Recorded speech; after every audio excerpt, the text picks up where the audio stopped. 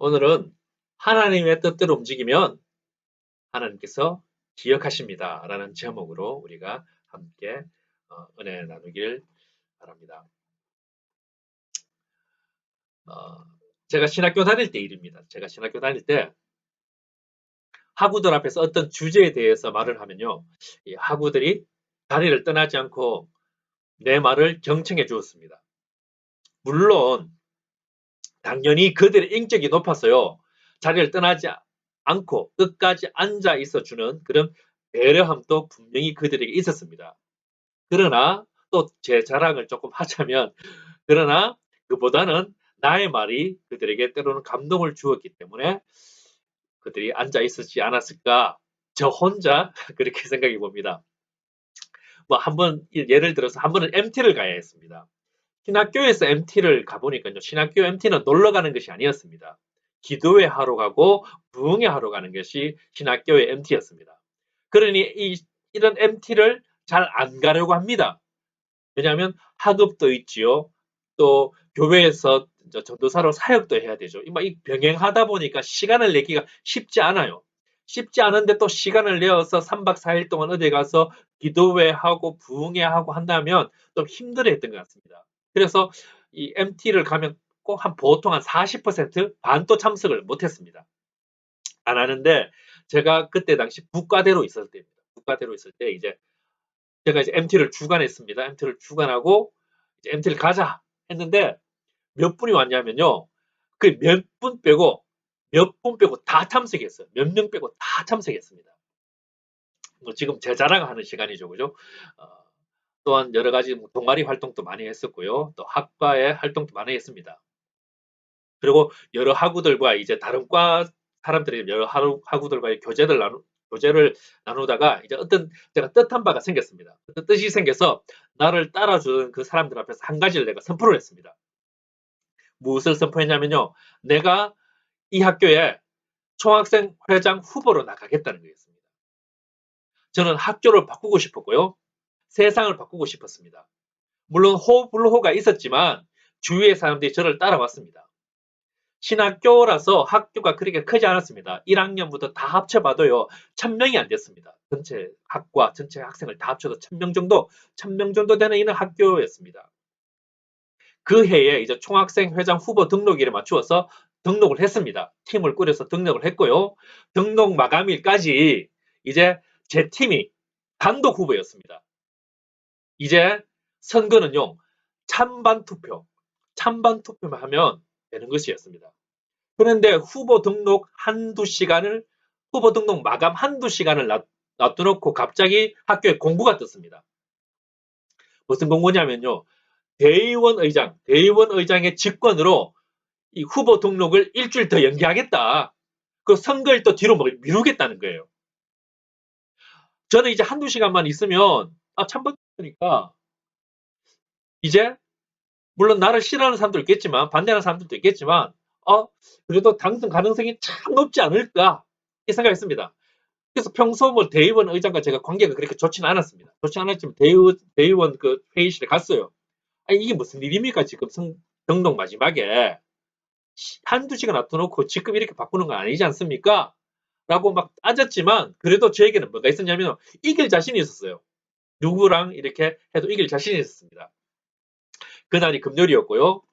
이제 뭐 그런 악유가 있고 그런 다툼이 있고 말다툼이 있고 뭐 금요일이니까 각자 또 교회를 가야 되니까 흩어졌습니다. 흩어졌고 그 다음 주 월요일 학교를 가니까요. 새로운 총학생 회장 후보가 등록이 돼 있었습니다. 등록이 돼 있는 거예요. 학교 개교 이래에 한 번도 총학생 후보를 내지 않았던 학과에서 후보가 나왔고요. 그리고 저랑 같은 학과, 또 같은 학년인 제 동기가 그쪽 상대편의 이제 부총회장으로 가 있는 겁니다. 다시 말해서 상대편 총학생회장 후보는요, 예체능계라서 이 선후배 관계가 아주 무서울 정도의 관계가 뚜렷한 그런 집단이고 그런 곳이고 저희 과가 나눠진 거예요. 같은 학년에서 팀이 두 개가 돼버린 겁니다. 다시 말해서 표가 나눠진 거죠. 그래도 열심히 선거운동을 했습니다. 이길 자신이 있었습니다. 학교와 어떻게 싸울 것이고 학생 복지를 어떻게 할 것이며 등록금과 장학생 비율을 어떻게 할 것인지 제가 당시 해볼 만한 것들, 할 수 있을 것 같은 것들을 다 해서 이렇게 저의 공약으로 내세웠습니다. 그리고 선거가 치러졌습니다. 선거가 치러지고 그날 바로 당일날 개표를 했습니다. 그리고 당당히 낙선되었습니다. 떨어졌죠. 눈물이 안 났습니다. 눈물은 안 났습니다. 그때 든 생각이 뭐냐면요. 왜 하나님은 나에게 기회를 주시지 않으셨나? 왜 하나님 나한테 기회를 안 줬을까?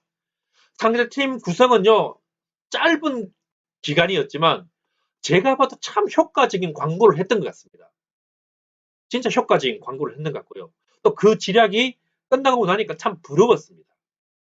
또한 나의 철학을 함께 나누었고 또 나의 뜻을 항상 이렇게 이야기해왔던 그 같은 과의 그 친구도 같은 학년의 그 친구도 왜 나에게 오지 않고 저 상대방 쪽에 가서 우리 팀이 이렇게 우리 과가 이렇게 나눠지고 표가 분산되게 했을까?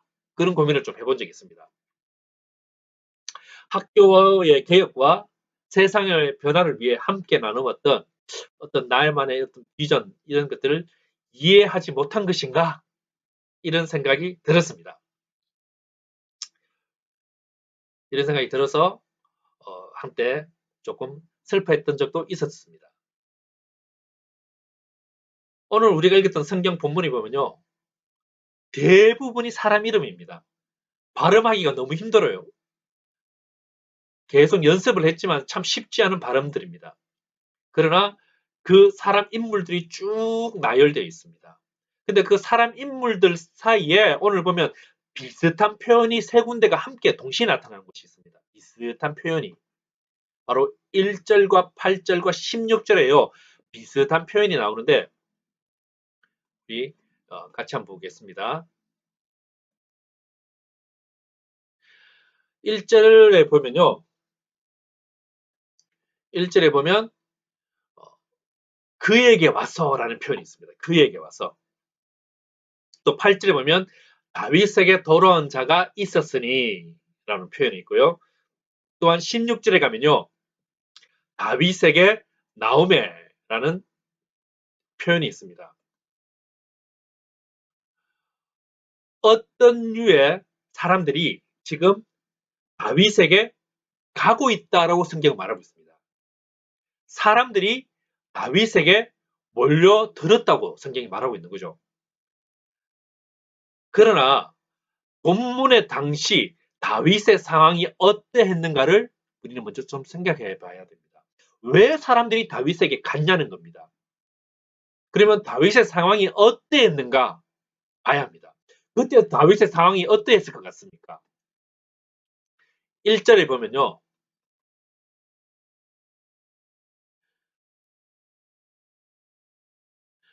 오늘 본문 1절에 보면 어떤 말이 있습니까? 1절에 보면 사울을 인하여 사글락에 숨어 있을 때 사울을 인하여 시글락에 숨어 있을 때라고 1절에 기록되어 있습니다. 다시 말해서 지금 다윗은요 아직 왕이 되기 전입니다. 왕이 안 되었을 때입니다. 시글락은요 어떤 곳이냐면 다윗이 사울에게 쫓겨다니다 너무 무섭고 힘이 드니까 이스라엘의 적대국인 블레셋에 있는 시글락이라는 성에 가버린 것입니다. 블레셋에 있는 시글락 상대국에 가버린 거 적대국에. 다윗은요 사울이 너무 무서워서 3번 도망다녔습니다. 3번 도망갔는데 이번에 이 3번째 마지막 도망간 것입니다. 3번째 간 곳이 블레셋에 있는 가드 왕 아기스라는 사람한테 갑니다. 가드 왕 아기스. 이곳에 갔어요. 다윗이 어떤 일을 하냐면요. 이쪽으로 가면 이스라엘 쪽으로 가면 사울한테 잡혀 죽고 블레셋에 가면 또 이스라엘의 자기가 장군이니까 또 잡혀 죽을 것 같으니까 이 블레셋에 가서 어떤 짓을 하면요. 힘을 흘리면서 미친 척을 합니다. 선벽을 손톱으로 벅벅 끌고 있어요. 사람들이 미쳤다고 그럽니다. 그러자 이런 다윗을 아까워서 언젠가 정신이 돌아오면 자기가 사용하고 싶어서 이 가드 왕 아기스가 너는 그러면 시글락이라는 곳에 가라. 그곳에서 좀 살고 있어. 마음 좀 정돈하고 있어. 하고 보낸 곳이 바로 시글락입니다. 다윗은요, 지금 이스라엘의 왕이 되어야 하는 사람입니다. 하나님이 사무엘을 통해서 기름 부음을 받았잖아요. 사무엘을 통해서 너는 왕 될 것이다 말했지 않습니까? 그런데 지금 다윗을 보면요, 왕될 그릇과는 거리가 먼 사람입니다. 아무리 힘들어도 적대국에 넘어가다니요. 대반인 거, 나라를 배신한 거죠. 그런데 그런 다윗에게 지금 뭡니까? 사람들이 모이고 있다라고 성경은 이야기하고 있습니다. 특히 2, 3절을 다시 한번 볼까요? 2, 3절. 2, 3절 다시 보면 이렇게 이야기합니다. 그들은 활을 가지며 좌우 손을 놀려 물매도 던지며 화살도 쏘는 자요. 베냐민 지파 사울의 동족인데 그 이름은 이러하니라. 그 우두머리는 아이에셀이요. 다음은 요아스이니 기브아 사람 스마야의 두 아들이요. 또 이스마웨스의 아들 여시엘과 벨렛과 또 브라가와 아나돗 사람 예후와 이렇게 시작합니다. 자, 우리 지금 2절과 3절에서 보다시피 어디 사람이라고 성경은 이야기하고 있습니까? 베냐민 사람이라고 성경 이야기. 베냐민 사람. 베냐민 사람들 중에서도요. 이 사람들은 엄청난 사람들입니다. 베냐민에서 뭐 범죄를 저질러서 쫓겨나서 막 도망오는 사람들이 아니라 이 사람들은 어디를 가도 스카우트하고 싶은 그런 사람들입니다. 성경에서 이런 사람 어떻게 표현하고 있습니까? 손을 물매도 던지며 그것도 오른손도 돌릴 수 있고요. 오른손이 다치면 왼손도 돌릴 수 있다는 겁니다. 양손 다 쓸 수 있는 사람이에요. 화살도 쏘는 사람이고요. 이런 사람들이 능력이 있는 사람들이 어딜 가도 대우받을 사람들이 지금 미친 척하고 있었던 도망갔던 다윗에게 가고 있다는 거예요. 가고 있다는 겁니다. 베냐민이 누구의 지파냐 하면요. 사울의 지파예요. 사울의 지파. 사울이 나온 곳이 어디냐면 베냐민입니다. 우리 꼭 한국으로 따지면 이런 거죠. 경상도 사람이냐, 전라도 사람이냐, 강원도 사람이냐. 지금 베냐민은요, 사울은 베냐민 지파입니다. 그리고 또 3절 또 다시 한번 보십시오. 3절에 보면 또 어디가 나오면 기브아 사람이라고 합니다. 그 우두머리는 아이에셀이요. 그 다음은 요아센이 기브아 사람 이렇게 나옵니다. 기브아.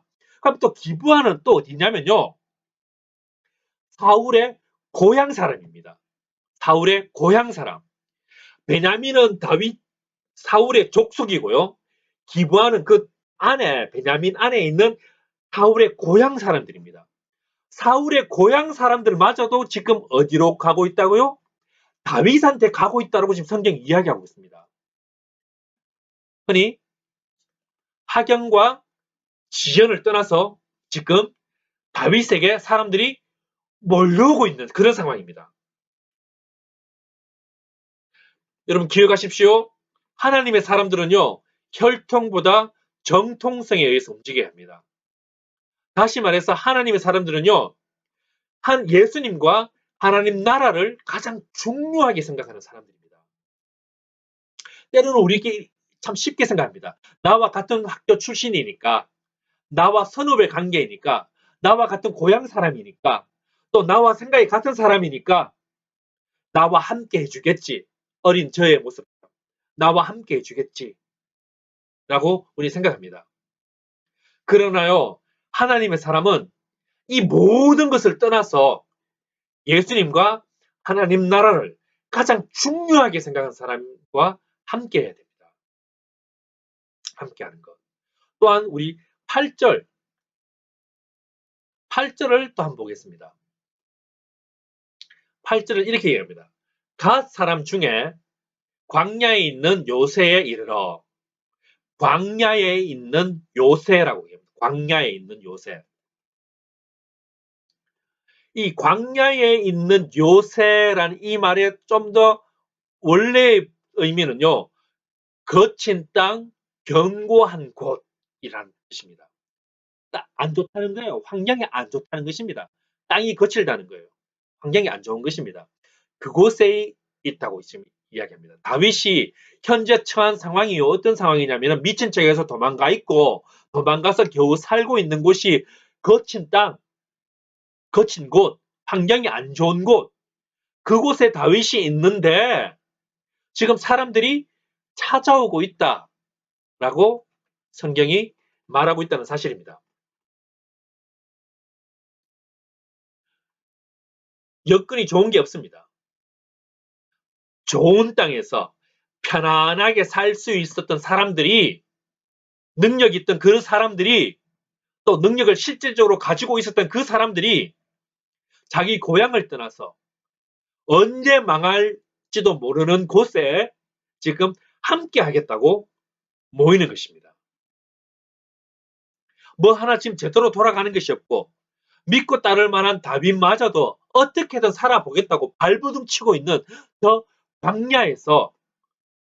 광야에서 있는 저 다윗에게 사람들이 몰리고 있습니다. 여러분 놀랍지 않습니까? 여러분 놀랍지 않아요? 저는 이 볼 때마다 너무 놀랍습니다. 하나님은 도대체 어떻게 일하시는지 너무 놀랍습니다.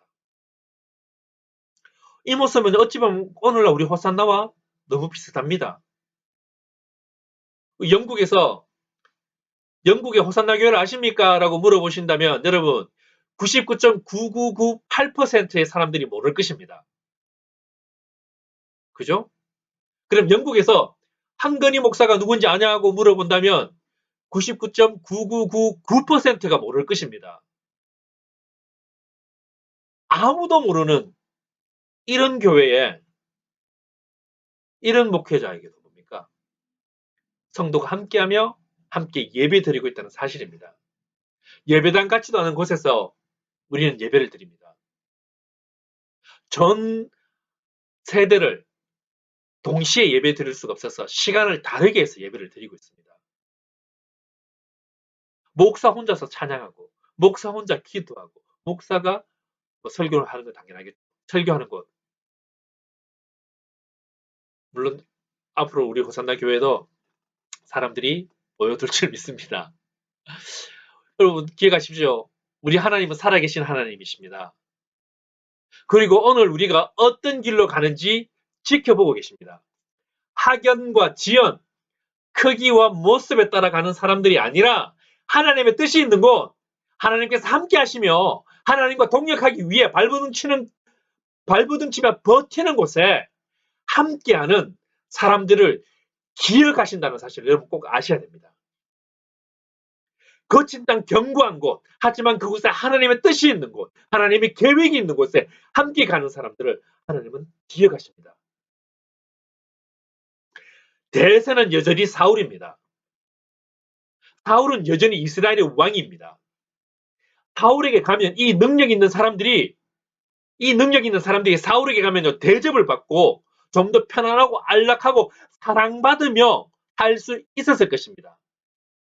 하지만 지금 다윗에게 가면요 같이 도망가야 되고 같이 힘들어야 되고요 미래가 암울하고 처자식의 신앙생활마저도 뭡니까 힘들어질 것이 뻔히 보이는 그런 곳이지만 하나님의 뜻이 있다는 것을 알기에 그곳이 험하고 고통의 광야라 할지라도 오늘 발걸음을 내딛는 이런 사람들을 하나님은 반드시 기억하신다는 것을 후대인 우리에게 가르쳐 주기 위해서, 알려주기 위해서 오늘 이 우리가 읽은 성경에요.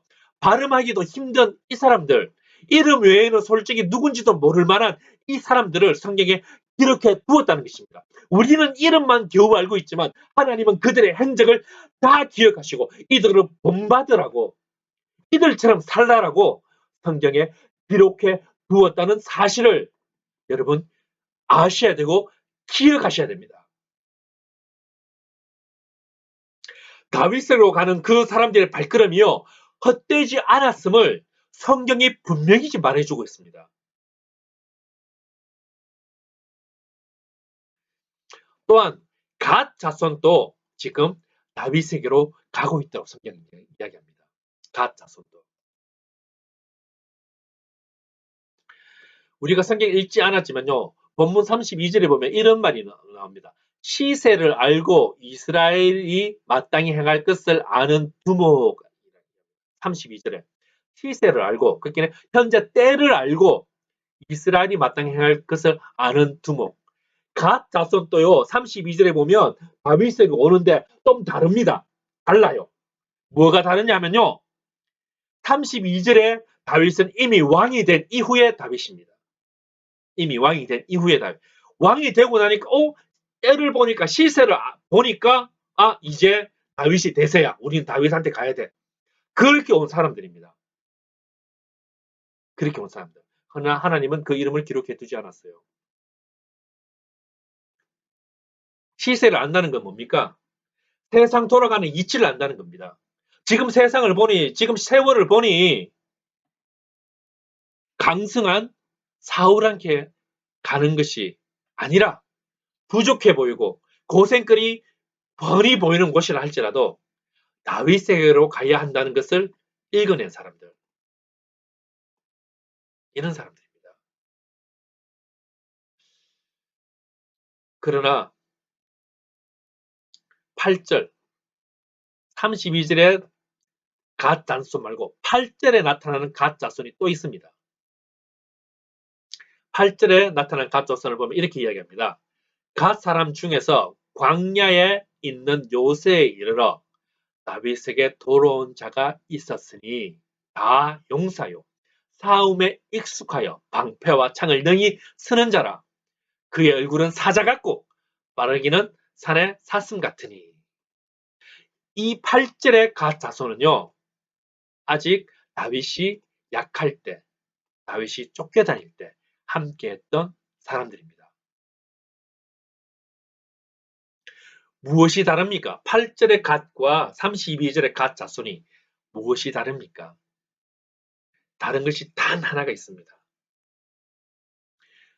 하나님의 사람들은 하나님이, 예수님이 우리의 목적이 되어야 됩니다. 그리고 사람, 재정, 관계는 수단이 되어야 됩니다. 다 가짜손, 8절의 가짜손은요, 다윗이 암울할 때 다윗에게로 돌아온 사람들입니다.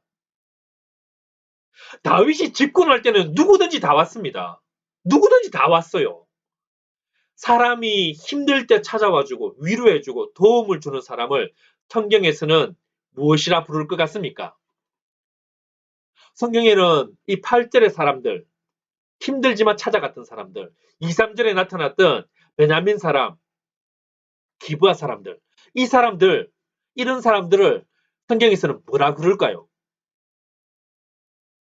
오늘 광야 요새에 있는 다윗에게 찾아와주고 함께 해주는 사람들의 이름을 성경에 기록해 두면서 하나님은 모든 것을 다 기억하고 있다는 것을 우리가 알 뿐만 아니라 그것이 고생인 줄 알고 그것이 힘듦인 줄 알면서도 하나님과 함께하는 사람들, 그 사람들을요 성경에서는 하나님의 군대라고 표현합니다. 하나님의 군대.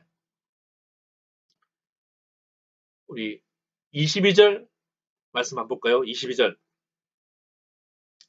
그때에 사람이 날마다 다윗에게로 돌아와서 돕고자 하며 큰 군대를 이루어 무슨 군대와 같았더라고? 하나님의 군대와 같았더라. 하나님의 군대와 같았더라 라고 성경은 이야기하고 있습니다.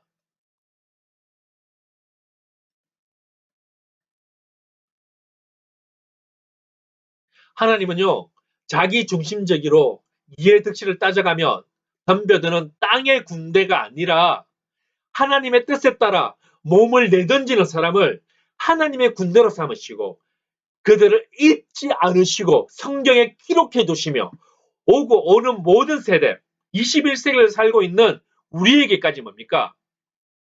그들이 이름이 잊혀지지 않도록 그 이름을 성경에 기록해 두었다는 것. 또 그들에게 큰 은혜를 베풀어 주셨다는 사실을 기억하라고, 알라라고 우리에게 오늘 선포하고 있는 것입니다. 많은 교회 성장학 책을 보면요. 교회 성장학도 이게 학문입니다. 성장학 책을 보면요. 이 교회를 성장하는 데는 교회는 일정 수준 이상의 사람들이 모이면 그보다 상위 수준까지는 자동 성장한다라고 이야기합니다. 그러나 진짜 일꾼들, 진짜 하나님의 사람들은요. 아직 그 교회가 약하다 싶어도 이 교회가 진짜 교회다 싶으면 어려움 가운데서 섬기는 사람들입니다. 교회가 숫자적으로 성장하면요. 그 가운데는 별의별 사람들이 다 모입니다. 때로는 내 삶의 목적을 인해서 예수님을 수단으로 삼는 사람들도요. 모이게 되어 있습니다. 헌금에 대한 부담도 적을 수도 있고요. 섬김에 대한 부담도 적을 수도 있습니다. 또 많은 인맥을 통해서 뭡니까? 내 삶의 라인을 만들 수도 있습니다. 많은 이런 이유로 만약에 이런 이유로 교회를 생각하신다면 그것은 잘못된 것입니다. 예수님이 목적이십니까? 당신의 삶이 목적이십니까? 그리스도인은요. 삶의 목적이 예수님입니다. 예수님 따라 가다 보니까 이런 사람도 만나는 거고요.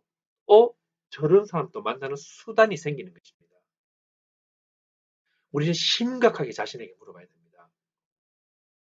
우리는 예수님이 목적인가? 그리고 내 삶이 수단인가? 예수님이 목적이고 내 삶이 수단이 될 때 어떤 일이 벌어질 것 같습니까? 예수님이 목적이고 내 삶이 수단이 될 때요. 15절 오늘 성경 15절을 보십시오. 이렇게 이야기합니다. 정월에 요단 강물이 모든 언덕에 넘칠 때에 이 무리가 강물을 건너서 골짜기에 있는 모든 자에게 동서로 도망하게 하였더라. 정월에 요단 강물이 모든 언덕에 넘칠 때 다시 말해서 뭡니까? 이스라엘의 우기 다시 말해서 홍수 날 때 강물이 불어 넘쳐서 걸어갈 수 없을 때 언제 홍수 날 때 강을 건너는 사람들이 어디 있습니까? 잔잔한 강을 배를 타고 가도 위험한데. 그렇지만 뭡니까? 함께 하니까 하나님께서 강을 건너게 하시고 적들을 어떻게 합니까? 동서로 도망가게 만들었다라고 성경은 이야기하고 있습니다.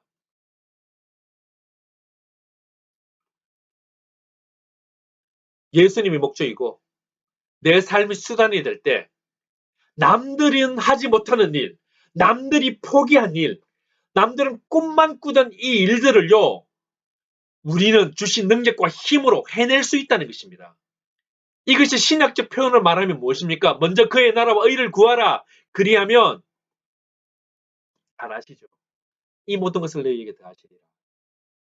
예수님도 말하지 않습니까? 먼저 그의 나라와 의를 구하는 게 뭡니까? 하나님을 목적으로 삼는 겁니다.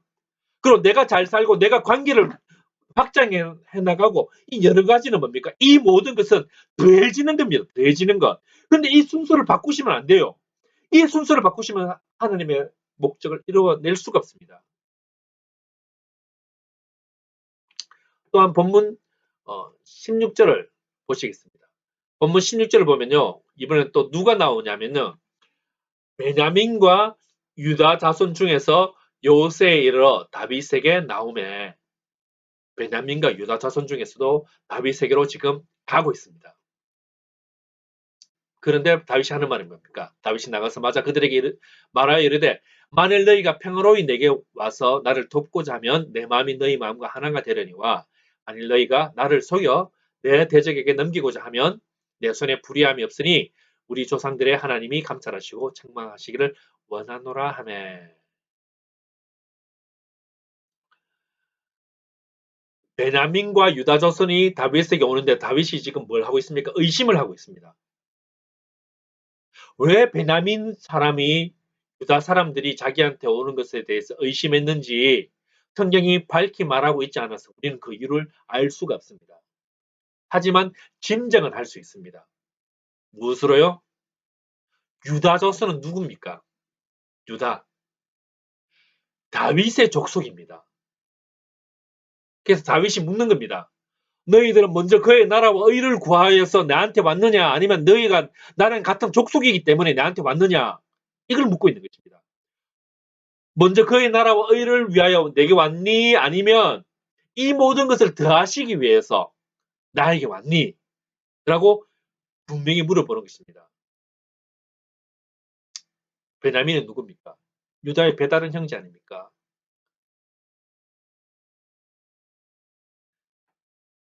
학연 지연을 떠나서 왔냐는 것입니다. 유다 자손들은요, 하나님의 뜻, 하나님의 비전에 따라서 왔다라고 이야기합니다. 그러자 18절, 18절에 어떻게 이야기합니까? 그때 성령이 30명의 우두머리 아마새를 감싸시니 성령이 임했다. 신약적 표현을 따르면 성령이 임했다라고 성경이 이야기합니다. 먼저 그의 나라와 의를 구하니까 성령이 임했다라고 연결시킬 수가 있는 거예요.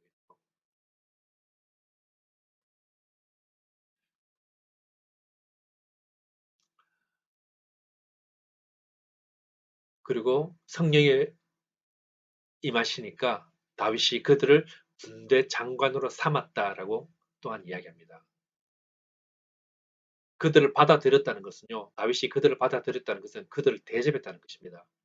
서로 힘들어하고 어렵게 생각하던 자들이 성령의 감동을 받으니까 오해만 푸는 것이 아니라 접대하고 자기 밑에 장관으로 세웠다라고 성경이 이야기합니다. 이런 일들은요, 성령의 감동으로만 가능한 일입니다. 하나님의 사람들은 성령의 감동으로 뭉쳐진 사람들입니다. 교회라는 것은 무엇입니까? 교회라는 것은요, 성령의 공감대 안에서 한 몸이 되는 곳이 교회입니다. 한 몸이 되는 곳. 우리는 지금 코로나 사태를 인해서 가장 심각하게 질문을 받는 것이 무엇입니까? 교회란 무엇인가? 그죠?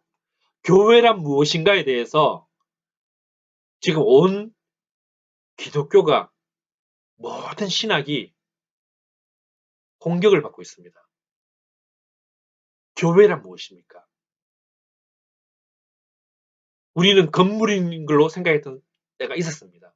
교회는 웅장한 것, 교회란 성가대가 있어야 되고, 대표 기도가 있어야 되고, 찬양팀이 있어야 되고, 이후에는 식사가 있어야 되고, 교제가 있어야 되고, 봉사가 있어야 되고, 섬김이 있어야 되고, 생각해 왔는데, 이번 코로나 사태를 통해서 우리에게 던져진 질문은 무엇입니까?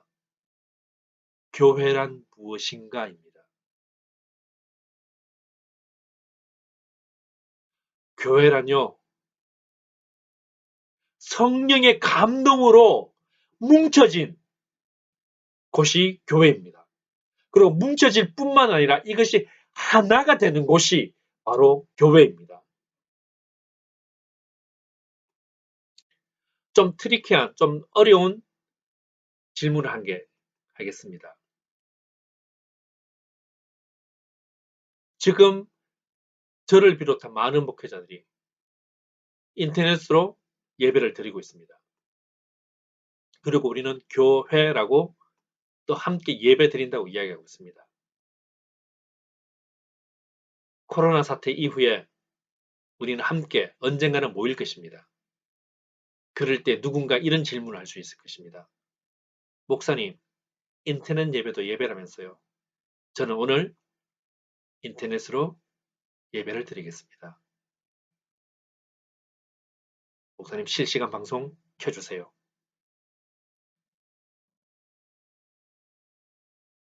자, 교회가 오픈되었는데도 나는 인터넷으로 예배 드리겠다라고 말하면 여러분 이것이 맞다라고 말씀하시겠습니까? 틀렸다라고 말씀하시겠습니까?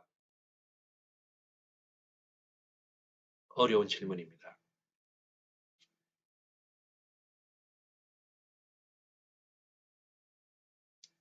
그래서 교회란 무엇입니까?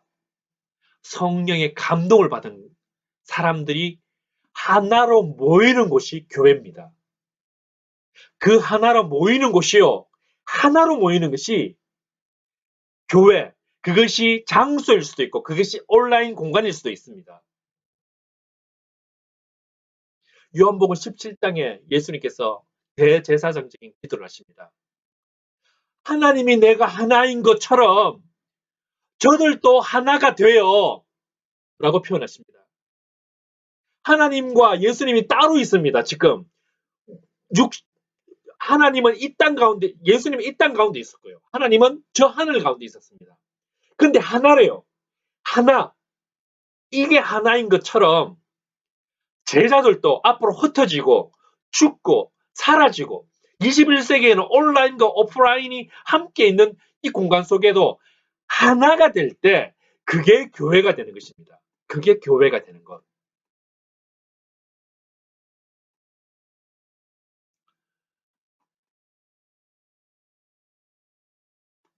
심리학 용어 중에 강화라는 말이 있습니다. 강화. 뭐가 더 발달되고 좋아진다는 게 강화죠. 그죠? 근데 심리학에서는 이걸 좀 다르게 사용합니다. 어떻게 사용하냐면요. 여러분, 어, 아침 식사 다 하셨죠? 그죠? 다 하셨으니까 조금 제가 더러운 이야기 할게요. 한, 재래식 화장실. 요즘 이게 수세식 말고 재래식 화장실. 여러분 어릴 때 기억나십니까? 재래식 화장실. 그 화장실에 가면 눈도 아프고 코도 막 아프고요. 힘들어요. 냄새가 막 엄청 올라옵니다. 그런데 조금 지나면 그 눈도 덜 따갑고요.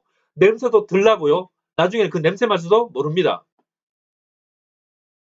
다른 사람이 화장실 쓰고 난 뒤에 바로 들어가면 그때 진짜 역겹죠. 근데 본인은 모르잖아요. 왜 몰라요? 내 코가 처음에는 냄새를 맡았지만 나중에 강화가 돼요.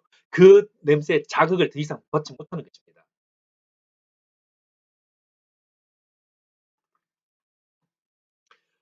여러분, 지금 우리가 흩어져 있으니까 우리가 성령의 하나 된 걸로 묶여져 있다는 사실, 이게 잘 안 믿겨지시죠?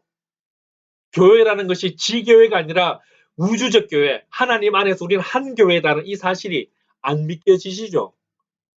우리는 항상 하나였는데, 이름만 다르게 섰을 뿐이었는데, 우리는 하나였는데, 그것이 하나였음을 우리는 잘 모를 때가 있습니다. 그럼 확실한 것은요, 우리가 느끼든 못 느끼든 우리는 지금 하나로 뭉쳐져 있다는 사실입니다. 다만 사람에 따라서 이것을 어떻게 느끼냐에 대한 차이일 뿐입니다. 말씀을 맺겠습니다. 오늘 본문의 말씀을 오해하시면 안 됩니다. 어려울 때 함께하는 사람이 진정한 친구라고 생각하시면요. 생각해서 뭐 어려운 곳만 찾아가라. 이런 말은 절대 아닙니다. 우리 예배자들은요. 어디를 가시든지 누구를 만나시든지 그 사람의 형편이 어떠하든지 그게 중요한 게 아닙니다. 그게 중요한 게 아닙니다. 나는 지금 하나님의 뜻대로 가고 있는가? 내가 하나님의 뜻 안에서 만나고 있는가? 내가 어떤 형편에 처해질지라도 하나님의 뜻을 따르겠는가? 이것에 따라서요. 우리는 삶을 살아가야 합니다. 하나님은요. 하나님의 뜻에 따라 움직이는 사람, 그런 사람들 기억하시고 그가 어떤 형편에 있든지 그 길을 열어주시고 적들을 만나게 되면 공수로 도망가게 만드시는 분이십니다. 우리 하나님은요. 책임지시는 하나님이십니다.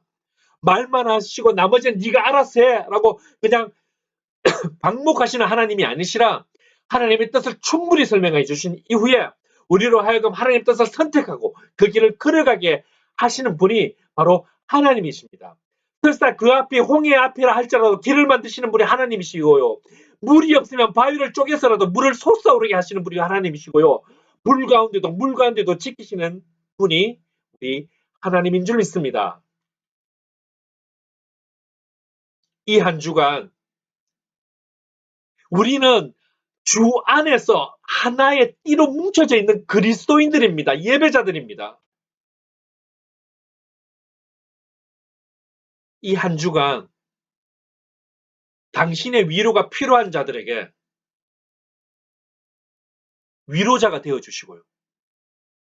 당신의 동력이 필요한 자에게 동력자가 되어 주시고, 그리하여서 성령 하나님이 하시는 일을 맛보아 알아가시는 우리 예배자들 되시기를 축복합니다.